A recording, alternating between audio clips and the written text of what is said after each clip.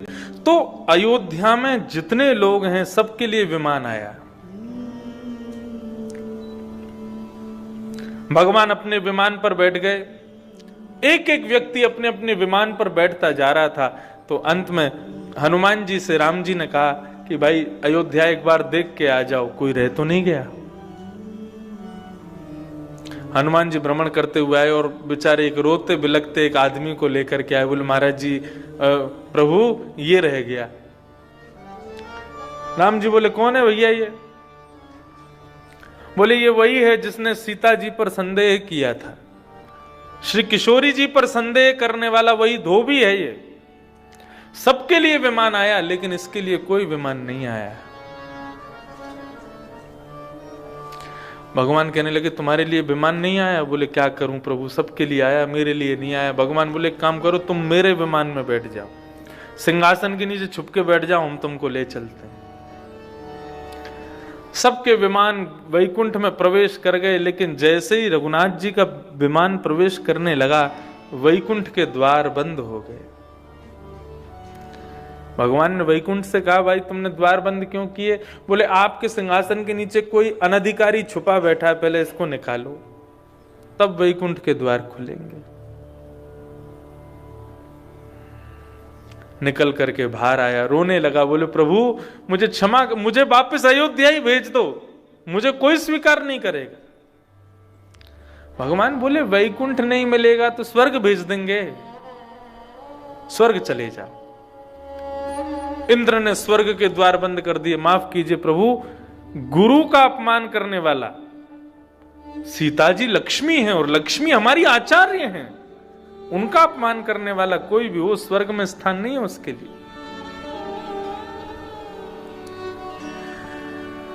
रघुनाथ जी बोले स्वर्ग में नहीं है तो ब्रह्मलोक चले जाओ। ब्रह्मलोक में भी मना कर दिया, बोले यहां नहीं आएगा ये। शिवलोक कैलाश में भेजा, बोले कैलाश चले जाओ। रघुनाथ जी ने भगवान शिव से कहा तुम आप भूतों को आश्रय देते हो, ये मानव है, इसके लिए वैकुंठ के द्वार बंद हो गए, स्वर्ग के द्वार बंद हो गए, आप तो स्वीकार कर लो। शंकर जी कहने लगे मैं भूतों को स्वीकार कर सकता हूं, लेकिन आचार्य की अवहेलना करने वाले को तो शिवलोक में भी स्थान नहीं, मना कर दिया। सब स्थानों से मना हो गई तो अंत में एक ही स्थान बचा, नरक। भगवान श्री राम कहने लगे देखो तुम घबराओ मत, हम यमराज को बोल देंगे तुमको कोई यातना नहीं मिलेगी, लेकिन नरक में रहने को तो मिलेगा, चले जाओ। यमलोक जैसे ही जाने लगा तो यमराज ने भी द्वार बंद कर दिए। पापियों को स्थान मिलता है नरक में, लेकिन गुरु अवहेलना करने वाला, आचार्य की अवहेलना करने वाले को नरक में भी स्थान नहीं है प्रभु। तो सावधान हो जाइए। गुरु अपमान, गुरु अवज्ञा करने वाले को नरक में भी स्थान नहीं मिलता, संतों की अवज्ञा करने वाले को नरक में भी स्थान नहीं मिलता, ब्राह्मणों का तिरस्कार करने वाले को नरक में भी स्थान नहीं मिलता। भगवान उसका कल्याण कैसे कर देंगे? आज समस्त यदुवंश बैठा है और सब केवल भगवान को देख रहे हैं, चिंता हो रही है सबको कि प्रभु बचाओ हमको। भगवान कहते हैं जब समझा रहा था तब तुम्हारी बुद्धि कहां गई थी? अब आज जब सब बिगड़ गया है, हम शापित हो गए हैं, तो मुझसे कह रहे हो कि हमको बचाओ। बहुत ध्यान से सुनिएगा बंधु, एक बहुत बड़ा ट्विस्ट है इस कथा में।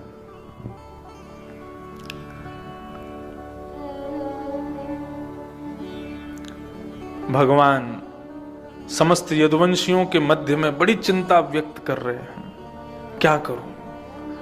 आज मैं भगवान होकर के भी तुम्हारी रक्षा नहीं कर पाऊंगा। कोई रो रहा है, कोई विलक रहा है, कोई हाथ जोड़ के पड़ा है, कोई पस्त पड़ा है, सब चरणों में पड़े हैं। ठाकुर जी आप जैसा कहेंगे, जो कहेंगे हम सब करने को तैयार हैं, हमको इस श्राप से बचा लीजिए। भगवान तभी कहते हैं एक उपाय है यदि करो तो। बोले क्या? बोले हमारी द्वारिका नगरी समुद्र के बीच में है, समुद्र पार करके जब जाएंगे तो वहां प्रभाषित क्षेत्र है, प्रभाषित क्षेत्र में भगवान शिव का एक मंदिर है, उसका नाम है सोमनाथ। सौराष्ट्र में जो सोमनाथ मंदिर है, ये भगवान शिव का वो मंदिर है जो श्रापों को दूर करते हैं। यदुवंशी कहने लगे श्रापों को दूर करने वाले शंकर जी, मतलब कैसे? बोले कि एक बार चंद्रमा को श्राप दे दिया चंद्रमा के ससुर जी ने। दक्ष प्रजापति ने अपनी 16 पुत्रियों का ब्याह किया चंद्रमा के साथ। ये नक्षत्र सुने होंगे ना, ये दक्ष प्रजापति की 16 पुत्रियां, उनका ब्याह हुआ चंद्रमा के साथ।